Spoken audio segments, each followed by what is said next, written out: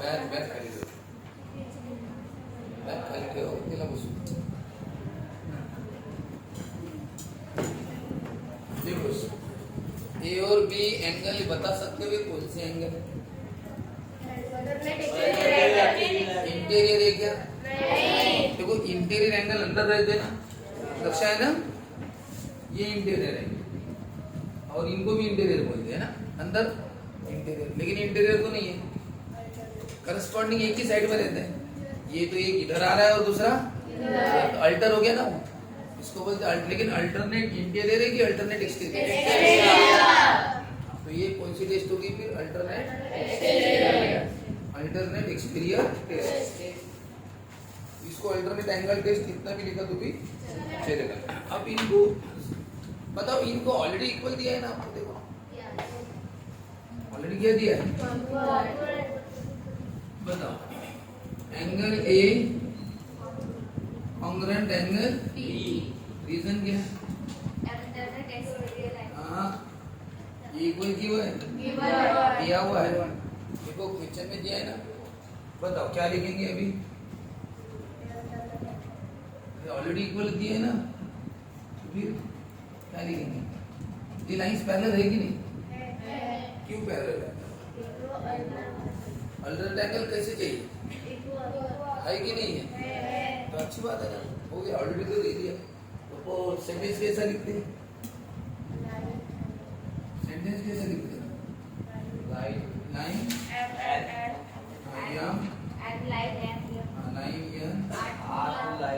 R2 line, फिर and line here is the transverse. फिर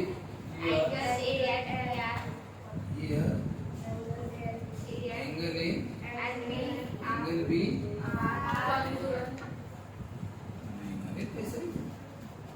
ए और बी कौन से एंगल है बताना पड़ता है ना. अल्टरनेट. वो वर्ड भूल गए तो तुम सिर्फ इतना लिखोगे ए और B are equal. Here alternate, ये alternate exterior angles A and B are not equal.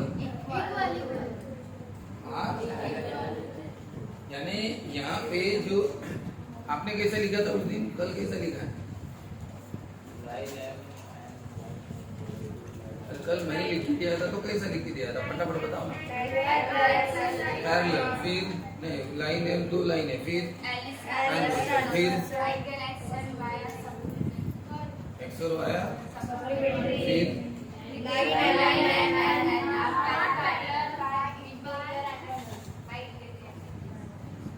यानी ये वर्ड वगैरह लिखा नहीं था आपने, है ना? ऐसे ठीक है, लिख लो लेकिन अभी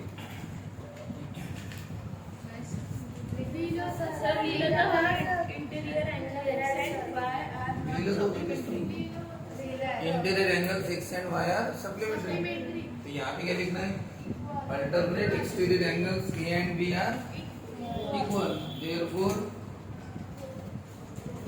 लाइन एल पैरेलल लाइन.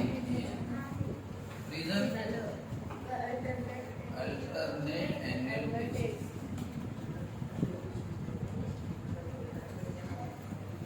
देखो एक बात,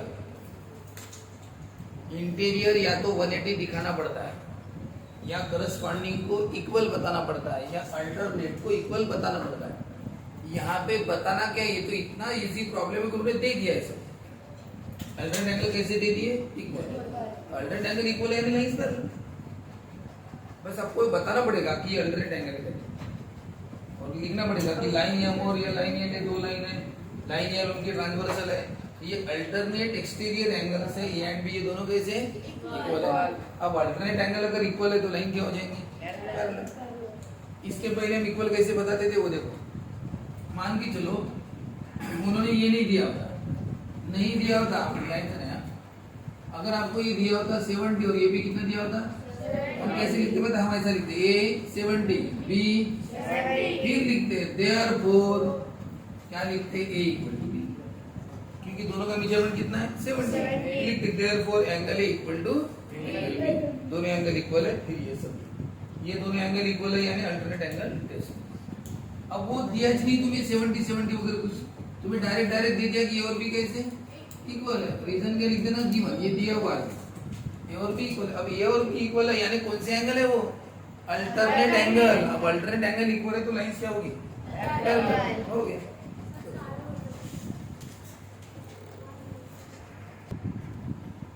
यानी दो लाइन और एक ट्रांसवर्सल, इसमें सब हम चेक करते हैं।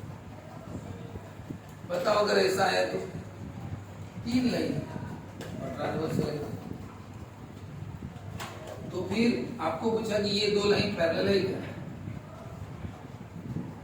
तो फिर सिर्फ इसी को देखना है, इसको देखना है, इसके तरफ नजर मत रखना, सिर्फ इनको देखना। और उन्होंने अगर ऐसा दिया कुछ भी तो फिर बस इतना सॉल्व करना जैसा हम कर रहे हैं। ये दिया होगा सपोज 120 60 जो भी वो लिखना, angle A plus angle B 120 plus 60 180 है।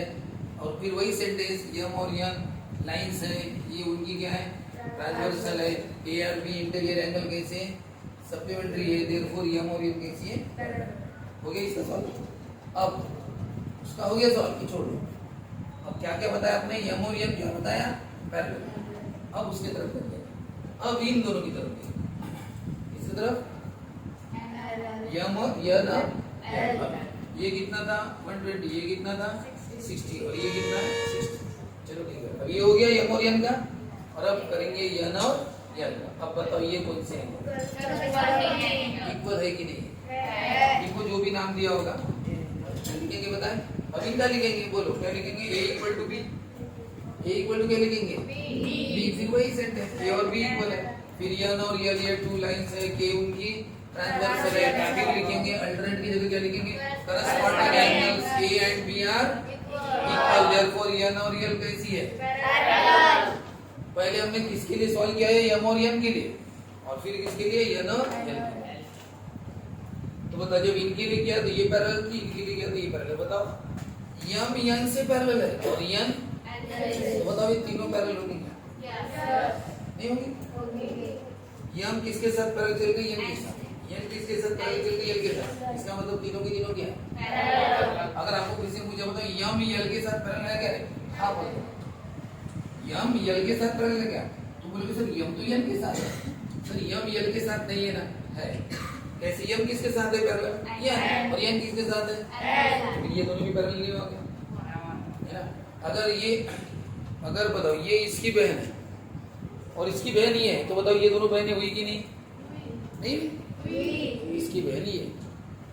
काय नाव तनुश्रीची बहीण राजश्री, राजश्रीची बहीण तृप्ती, वेगवेगळ्या बहिणी आहे, आतू बहीण चुलत बहीण अशा। हिची ही एक बहीण आतू बहीण समजा आणि हिची चुलत बहीण ती, तर मग सांगा या दोघी बहिणी झाल्या की नाही झाल्या। मग विचारलं की अनुश्री आणि ती छानेकर या बहिणी आहेत का, तर हो म्हणाला का, कारण की यांच्यामध्ये ही गोष्ट कॉमन आली ना, कोण कॉमन आली राजश्री, ही कॉमन नाही, ही इकडे बहीण आहे ही इकडे बहीण आहे, त्याच्यामुळे रिलेशन मॅच झालं ना। आता मी जर म्हटलं ही हिची बहीण आहे आणि ही हिची बहीण आहे, तर मग सांगा छानेकरीची बहीण येईल का, मी म्हटलं हा त्याचा भाऊ आहे ती त्याची बहीण आहे, सांग मग त्या दोघी बहिणी येईल का, तर काही कनेक्शनच नाहीये, हे दोघं इकडे त्या दोघी तिकडे त्या दोघी बोलतेच, मग सांगा काही कनेक्शन फिट झालं का नाही, काहीतरी एक गोष्ट मधात कॉमन असली पाहिजे ना। म्हणूनच तर आपण रिलेशन्स मध्ये पाहतो ना की तो त्याचा आपला कोणीतरी तो लागतो आणि त्याचा कोणीतरी तिकडे लागते, मग आपलं नातं जुळून येतं, रे मग आपण तर हे झालं बा म्हणते लोक असं, का की मधात कोणीतरी एक राहते ज्याचं दोघांसोबत रिलेशन असं असते, तीच गोष्ट आहे। मग सांगा या दोघांमध्ये कॉमन कोण है यन, क्योंकि यन यम के साथ भी पैरेलल और यन यम के साथ भी, इसका मतलब यम और यल भी क्या हो गए पैरेलल। ऐसा ही प्रॉब्लम है आगे वाला, लेकिन याद रखना कभी कभी एक ट्रांसवर्सल देते, कभी कभी दो दो ट्रांसवर्सल देते। कैसे, मान के चलो ये एक ट्रांसवर्सल है और इनकी ट्रांसवर्सल कुछ और दे देंगे आपको कभी कभी, जैसे ये दे, इसको मैं थोड़ा सा बढ़ा देता हूँ और यहाँ पे दिया है इसने, चलो बताओ इन दोनों से यम और एन को पैरेलल बताना, और इन दोनों से एन और एल को बताना। फिर इसका नाम अलग रहेगा ट्रांसवर्सल का कुछ, ठीक है ना।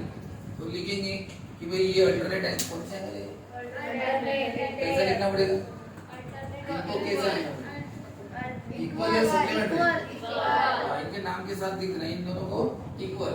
इक्वल लिखने के बाद फिर यही कार्यक्रम कि ये दो लाइन है, ये उनकी ये क्या है, ट्रांसवर्सल है, यहाँ पे अल्टरनेट एंगल कैसे है, ये इक्वल है, अल्टरनेट एंगल इक्वल है, इसका मतलब लाइन कैसी है, तो फिर हो गया। कभी कभी दो ट्रांसवर्सल आते हैं, और वही अपना तीसरा प्रॉब्लम वैसा ही है।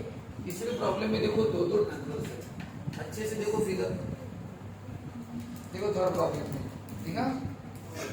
बताओ कौन है लाइन, एल एम और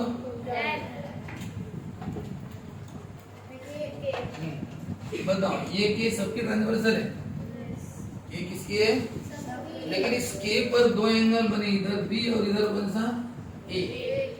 अब बताओ ये ए और बी के कारण हम कौन सी लाइंस को इक्वल बता सकते हैं, लोकल गुस्सा का, ए और बी के कारण किसको पैरेलल बता सकते हैं हम, किसकी लक्षण है यल और यम, किसको यल और यम को पैरेलल बता सकते हैं। कैसे बताओ, पहले क्या लिखना पड़ेगा, एंगल ए, लेकिन एंगल ए और बी कितने डिग्री की दिया नहीं, फिर इक्वल कैसे लिखे, अरे आप गलत कर रहे हो। जब पैरेलल दिया रहता है ना तब आप लिख सकते हो इक्वल, इन दोनों का फर्क समझो। लेकिन आप कल का पढ़ाई नहीं करके ऐसा देखो, इसके दिमाग में नहीं फिटा उसके लिए सबसे कंफ्यूजन हो जाएगा। जब मैं अगर आपको दूं ना कि लाइंस कैसी है पैरेलल, अगर मैंने दे दिया कि यम और एन लाइन कैसी है, तो फिर ए और बी क्या होगा इक्वल, तो डायरेक्ट लिख सकते हो ए और बी कैसे है इक्वल। और यही है पहले एक्सरसाइज में, पहले एक्सरसाइज दूसरे एक्सरसाइज में फर्क कौन सा है, पहले एक्सरसाइज में आपको लाइंस पैरेलल दी थी, और ये दूसरी में क्या है, लाइंस पैरेलल है कि नहीं है पूछा, दोनों में फर्क है ना। पहली लिस्ट में क्या था, लाइन पैरेलल देते थे ना, तो लाइन पैरेलल देने के कारण करस्पॉन्डिंग एंगल इक्वल। ये कौन से एंगल है, ये और ये अपने आप क्या हो जाते थे 180। तुम्हें बताने की जरूरत नहीं पड़ती थी कि 180 है कि नहीं, वो लिखना ही पड़ता था 180। उस समय तो तुम्हें ये सिर्फ ये वाला एंगल देंगे कि ये 120 देंगे और ये पूछेंगे, उस समय एंगल पूछा करते थे कि ये 120 है तो ये कितने का, तो फिर क्या आप कैसे बताओगे उनको 180, डायरेक्ट लिख देना 180, क्योंकि लाइन पैरेलल है। लाइन पैरेलल है यानी अपने आप इंटीरियर एंगल क्या होते हैं, सप्लीमेंट्री। फिर हम इसमें वैल्यू पुट करते थे, एफ की वैल्यू नहीं होती थी पता, फिर शिफ्ट करते थे, फिर हमें मिलता था कितना मिलता था 60। शिफ्ट करने के बाद उसमें एंगल हमें निकालने पड़ते, पता करना पड़ता था एंगल कितने, उसमें ये हम और लाइन ऑलरेडी पैरेलल देते थे और एंगल्स पूछा करते थे। अब उल्टा है, अब एंगल्स दे दिए और लाइन पैरेलल है कि नहीं पूछे, दोनों का लिखने का तरीका है। लाइन अगर पैरेलल है उन्होंने दिया रहना चाहिए, ये देते थे वो, पता है पहले एक्सरसाइज में लाइन पैरेलल देते थे। बस आपको इन सबको इक्वल लिखना पड़ता है, इसको सबको है नहीं, इन दोनों को नहीं, इन दोनों को 180 इंटीरियर एंगल लिखते थे। क्या लिखते थे उस समय, इंटीरियर, टेस्ट वर्ड नहीं लिखते थे, क्या लिखते थे इंटीरियर एंगल, ऐसा लिखते थे। ए और बी इक्वल, रीजन क्या लिखते थे, करस्पॉन्डिंग एंगल्स लिखते थे। ई और बी इक्वल, बताओ ई और बी क्यों इक्वल है, ई और B equal, reason alternate interior angle. बताओ सी और D equal, reason alternate exterior. सब डायरेक्ट लिखना पड़ता। लाइंस पैरेलल होने के बाद corresponding equal, alternate equal, interior हो या एक्सटीरियर, अल्टरनेट इक्वल, इंटीरियर सब लिखना पड़ता है। और रीजन क्या लिखना पड़ता है, corresponding angle test, alternate angle test, sorry test word नहीं लिखते, क्या लिखते हैं, करस्पॉन्डिंग एंगल, इंटीरियर एंगल। ये है पहले एक्सरसाइज 6.1। 6.2 क्या है, आपको ये पूछा गया है कि लाइन यम और एन पैरेलल है क्या, और मैंने कल बताया कि ये दिखने से होता नहीं। उन्होंने पूछा पैरेलल है क्या, तो सर हम कैसे बताए पैरेलल है कि नहीं, तो फिर तुम टेस्ट लगा के देखो, तीन में से कोई भी है, यानी कौन से टेस्ट, अगर तुम ये बता पाओ, क्या बता पाओ कि ए और बी इक्वल है, अगर तुमने ये बता दिया, अपने मन से नहीं लिखना पड़ता कि भाई सर ए और बी इक्वल है, कैसे है? वो आपको देंगे 70-70, फिर हम जानेंगे अरे ये भी 70 बी भी 70, तो लिखना पड़ेगा सर ए भी 70 है बी भी 70, यानी दोनों कैसे हैं? इक्वल। यहाँ पे मत लिखना इक्वल क्यों है करस्पॉन्डिंग एंगल करके, करस्पॉन्डिंग एंगल है इक्वल कब लिखना पड़ता है? जब लाइंस ऑलरेडी पैरेलल दी, तो यहाँ पे पैरेलल दिया नहीं, हमें बताना है या नहीं, क्योंकि पैरेलल हो भी सकती है नहीं भी सकती है। इसलिए आपको अगर ये बोला कि पैरेलल है या नहीं बताओ, तो आपको एक काम करना पड़ेगा, और करस्पॉन्डिंग एंगल को इक्वल आपको लिखना पड़ेगा, लेकिन होंगे तो जबरदस्ती से नहीं। बताओ ए और बी दोनों 70 है, तो बताओ क्या लिखना? इक्वल। तो फिर ये शुरू कि भाई इक्वल है ना करस्पॉन्डिंग एंगल, तो हो गया लाइंस पैरेलल, फिर लिख देना लाइन यम पैरेलल लाइन यम, और क्या करस्पॉन्डिंग एंगल टेस्ट। अब लिखना करस्पॉन्डिंग, हमने करस्पॉन्डिंग एंगल की टेस्ट अप्लाई की और लाइंस को पैरेलल बताया। और बताओ अगर वो ए 70 है और बी 60 है, अब बताओ ये लाइन पैरेलल है क्या? नहीं। आपको यही तो पूछ रहा है कि लाइन पैरेलल है क्या, आप बोलेंगे नहीं सर पैरेलल नहीं। क्यों नहीं?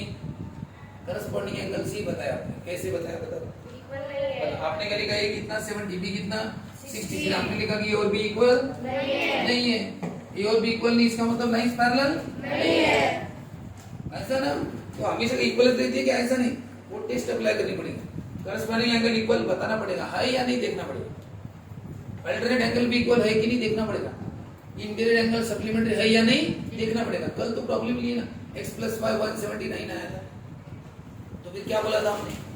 वो 179 x और y अगर 179 आया तो फिर क्या है? इक्वल दे क्या? पैरेलल दे क्या? फिर वो नहीं, हमने लिखा था पैरेलल नहीं है, ऐसा है वो। तो यहाँ पे आपको ए और बी, ये कौन सी, बस उधर मत देखो, बस ये दो लाइन देखो, बताओ लाइन के उल्टी ट्रांसवर्सल है। आपको पूछा ये अलम और ये पैरेलल है क्या? बताओ ये अलम और ये पैरेलल है क्या? तो पैरेलल है क्या बोला ना, तो उसके लिए आप क्या करोगे? आप इनमें से अल्टरनेट करस्पॉन्डिंग इंटीरियर कुछ तो भी आपके पास होना चाहिए, इसमें से एक टेस्ट लगे, बताओ ये और भी कौन से एंगल? बताओ। अब ये करस्पॉन्डिंग एंगल तुम्हें इक्वल बताने पड़ेंगे, ऐसा लिखना पड़ेगा ए और बी इक्वल, ऐसे अपने मन से नहीं, है क्या वो बताओ।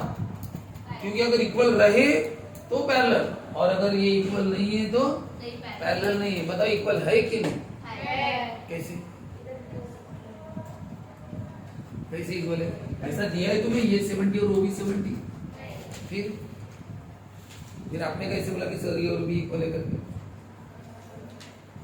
ये और बी इक्वल होंगे तो लाइन पैरेलल होंगे, और इक्वल नहीं होंगे तो बताओ ये और बी इक्वल है? आपको तो दिया नहीं ना 70 70 60 60, कुछ दिया है क्या? क्वेश्चन पढ़ो अच्छे से।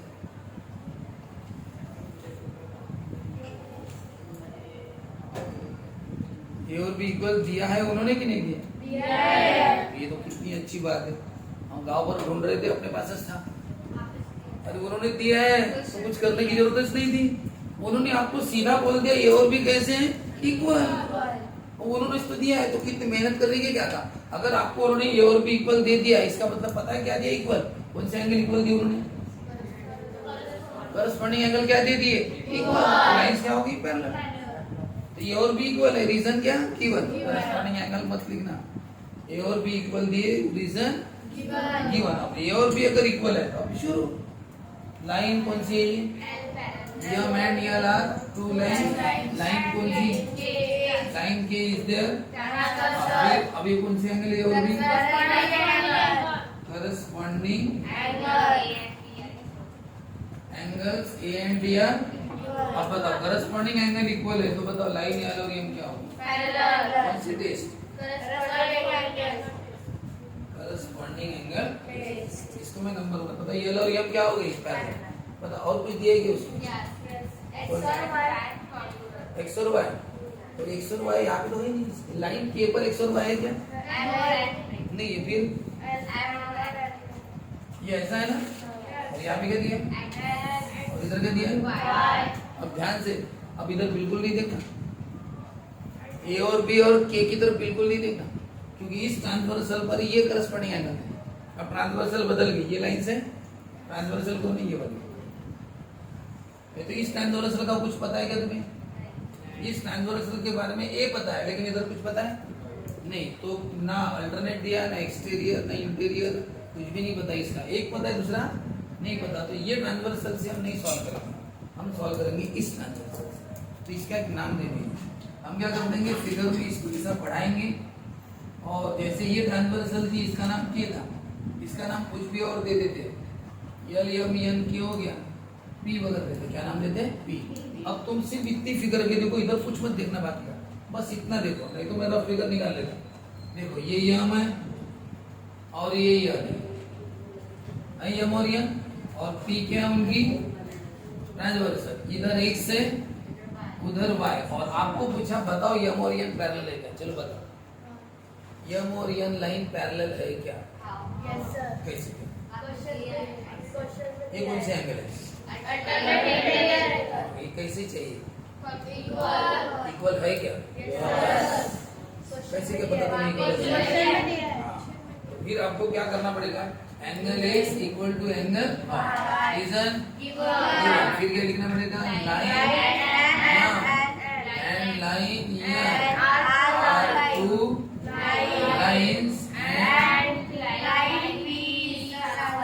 पी इज द ट्रांसवर्सल है, बराबर है। और बताओ क्या, here alternate interior angles X and Y are equal नहीं है क्या? अल्टरनेट एक्सटीरियर एंगल्स कैसे, इंटीरियर एंगल्स कैसे इक्वल है? देयरफॉर लाइन पैरेलल लाइन, कौन सी चीज बोलती है इसको,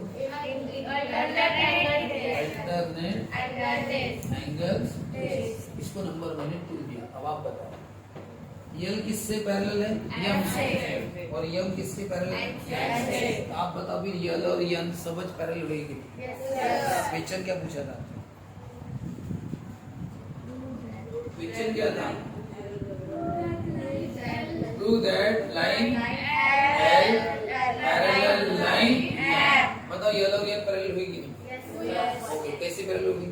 फ्रॉम 1 and 2 लिखा मैंने, नंबर 1 और नंबर 2 से पता चलता है यल और यन पैरेलल। सर नंबर 1 और नंबर 2 से कैसे पता चला यल और यन पैरेलल? नंबर 1 में लिखा था यल किससे पैरेलल है, यम से। फिर नंबर 2 में लिखा था कि यम किससे, यन से। इसका मतलब यल और यम क्या हो गई, पैरेलल। वो कनेक्शन आ गया ना यम के साथ, किसके साथ कनेक्शन आ गया, यम के साथ। यम दोनों में आ गई ना, यल यम के साथ है और यम एम के साथ, इसका मतलब यल और यम भी क्या है। तो याद रखना, इसमें एंगल इक्वल लिखते समय गिवन लिखना, दिया होगा तो, यहाँ फिर अगर दिया नहीं है ऐसा दिया होगा 70 70 तो ऐसे लिखना, एंगल ए 70 एंगल बी, इसलिए दोनों इक्वल है, ये मत लिखना करस्पॉन्डिंग एंगल है इसलिए इक्वल है। हाँ, ये पहली एक्सरसाइज में था कि पैरेलल देते थे इसलिए हम लिखते थे, ये और भी इक्वल रीजन लिखते थे करस्पॉन्डिंग एंगल, पहली एक्सरसाइज, क्योंकि उसमें लाइन पैरेलल में देते थे। तो जब लाइन पैरेलल लिखते ना तो फिर ऐसा कुछ नहीं लिखना पड़ता कि बनी लाइन पैरेलल दी तो डायरेक्ट और भी इक्वल रीजन करस्पॉन्डिंग है, ये लिखते थे हम, ये बात याद रखो। अभी हमें लाइन पैरेलल बतानी है या नहीं, अब मत लिखना, अब लिखना इनका इक्वल लिखना, लेकिन उसके कारण अलग है। ये और भी इक्वल है, क्यों, क्योंकि होना चाहिए, दिया हुआ चाहिए। अब आप बताओ अगर ए और बी इक्वल है, अच्छे से बताओ कि अगर ये दो एंगल इक्वल है तो ये करस्पॉन्डिंग एंगल है कि, और अगर करस्पॉन्डिंग एंगल इक्वल है तो लाइन कैसे हो जाएगी। एक बात और, सिर्फ दो लाइन का एक समय कर सकते हैं हम सॉल्व। यहाँ पे कितनी लाइन है, 3, तो सिर्फ हम कितनी लाइन का करेंगे, पहले 2, ये 2 लाइन ये लम और यह, और उनकी ट्रांसवर्सल कौन सी है, के, बस हमें उतना ही देखा था और उसी के बारे में सॉल्व किया था। यम और यल लाइन से के उनकी ट्रांसवर्सल है, ये करस्पॉन्डिंग एंगल इक्वल है, इसका मतलब लाइन पैरेलल।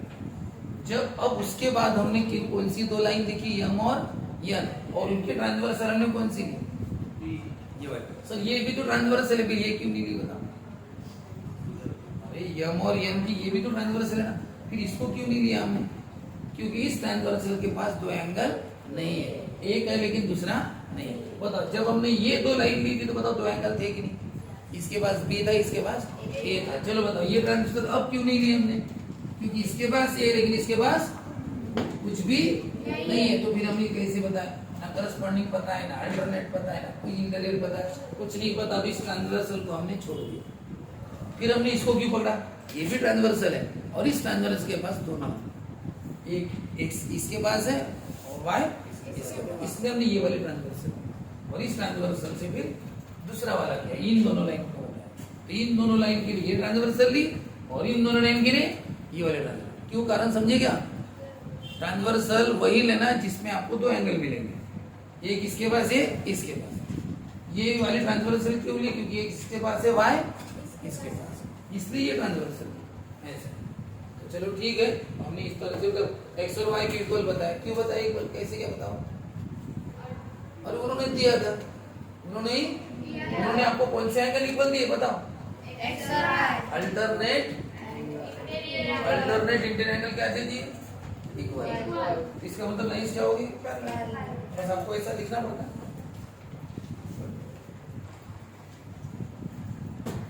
बताओ मैं यहाँ पे तुम्हें ये ऐसा दे, ठीक है,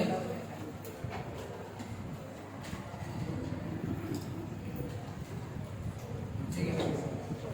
अब मैंने तुम्हें यहाँ पे नाम दिया, समझ वही नाम ए और बी, नाम वही दे रहा हूँ, बस आपको क्वेश्चन में दे रहा हूँ A70, B70, X120, X60, Y120।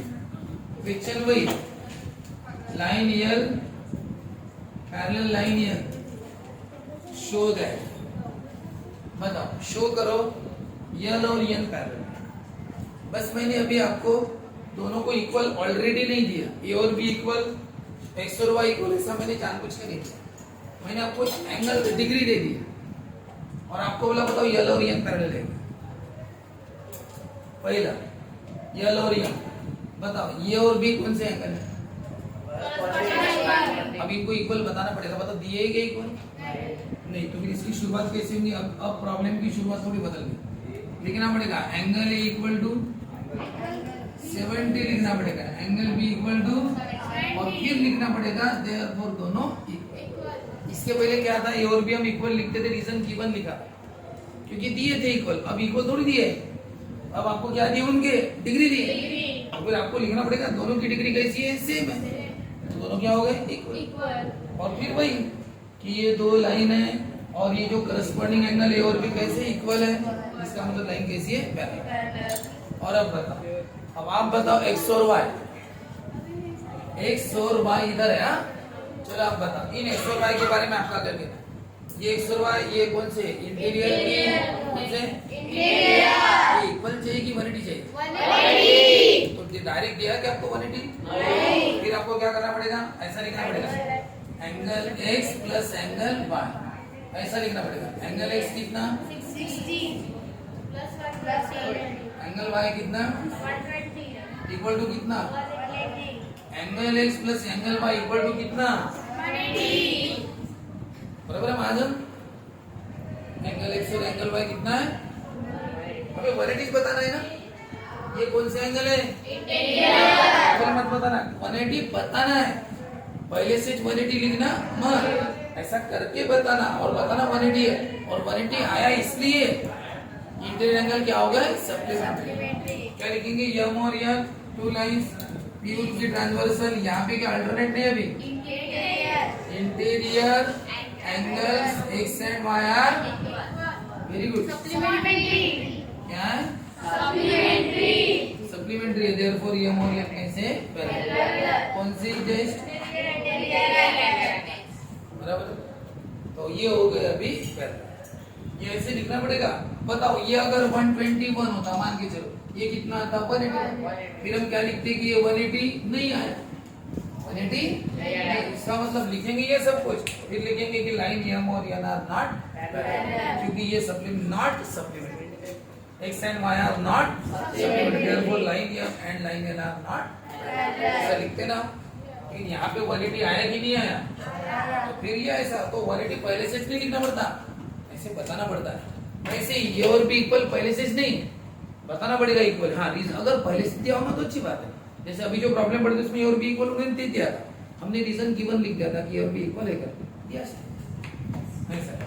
तो ये प्रॉब्लम आपको अभी घर में करना है। मैं इसका फोटो ग्रुप में भेजता हूँ, आप घर में आराम से इसको लिख लेना, ये इसका प्रॉब्लम। अब दूसरी बात, जैसे